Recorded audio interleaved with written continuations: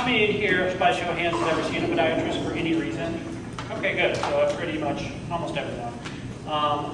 Podiatrists treat a multitude of deformities. Everything from ingrown toenails, from flat feet, to all surgery of the foot and ankle.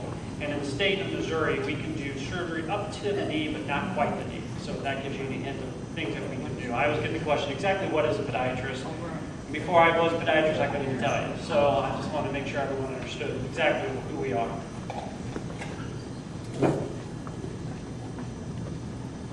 Again, these are some of the conditions that I'm going to talk about today, and at the end I'll open it up and you can fire away any questions that you may have specifically. But these, every time I go somewhere, in fact I was just on a plane last month going to Florida, and a woman next to me found out I was a podiatrist and took off her shoe and sock on the plane and flopped it over my tray table and asked me a couple of the questions that she had about me. So everywhere I go, I try not to mention podiatry because I get questions, but these are some of the things that I want to talk about today, okay? And again, our goal today primarily is for me just to discuss some of the individual deformities that I see a lot in my office, especially amongst seniors, and then trying to address them through conservative care. There's a lot of things with nutrition and different medications that you can take that are really going to decrease the effects of a lot of these that you may see. And the biggest thing that I emphasize in my office, as much as I love to see my patients, is prevention. You know, if you can catch it as early as you can and you take care of it with conservative means, it saves you a lot of hassle down the road. So I'm going to try and hit on a lot of prevention as well for you. All right, so what is arthritis? There's two big types of arthritis that we see. One is osteoarthritis, which most people know about. It's just bone-on-bone contact. Everyone knows about it in the knees, hips, and shoulders, but just like with any joints, we see it within the foot as well. The other is rheumatoid arthritis, and that's an inflammatory disease. People get it from kids all the way up to seniors, so it's not something that just affects one group versus another. And almost half the people in their 60s and 70s will have some form of arthritis within their lifetime, whether it's osteoarthritis, gouty arthritis, which we'll talk about, or rheumatoid arthritis. All right, so what if I'm diagnosed with arthritis in my feet? What's going to happen?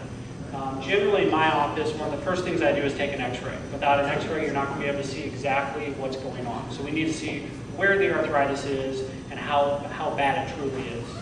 Gout. The number one question I get in my office, and almost everyone that comes in that thinks they have gout don't have gout. All right? Gout hits you like a lightning bolt. You'll wake up in the middle of the night screaming in pain. All right? The number one joint it affects in the body is the big toe joint, and the reason for that is it's the furthest away from everything. So it gets the coldest and it gets the warmest within the shoe.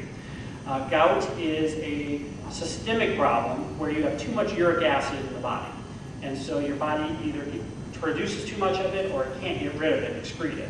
And so what happens is it seeds itself into the joint, like the big toe joint, and it almost looks like an infection. So everyone that comes in says, I either have gout or I have an infection. You have to determine which one it is. Okay? Gout is self-limiting, which means a gouty attack is going to hit you in the middle of the night where you can't even put your covers on it. It should last 7 to 10 days and go away. And then it may come back 6 months down the road because you had too much wine or you had too many beans or something that day. And so it just is, it's going to come back.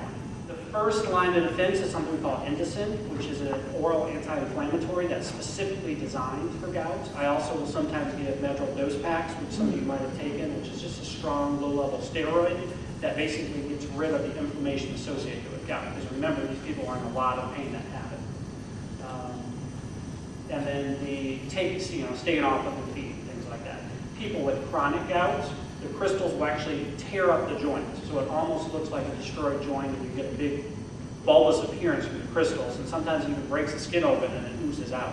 And that's the time we skip straight down and we do a surgical debridement of it. Dietary prevention. And these are all foods that you can avoid. The number one cause of gout that I see in my office is alcohol. Beer and red wine almost always trigger a gouty attack. The others would be high in proteins like anchovies, sardines, veal, shortbreads, things like that. But it doesn't have to be just diet that causes gout. I stubbed my toe. I had surgery on my knee. any of those precipitating incidents can cause a gout flare. So remember, number one is always going to hit the big toe joint first, typically. Number two side is the ankle, and number three are all the other small joints in the foot. So a lot of times people come in and say, I had gout all over me. I got my shoulder and my stomach, probably not gout.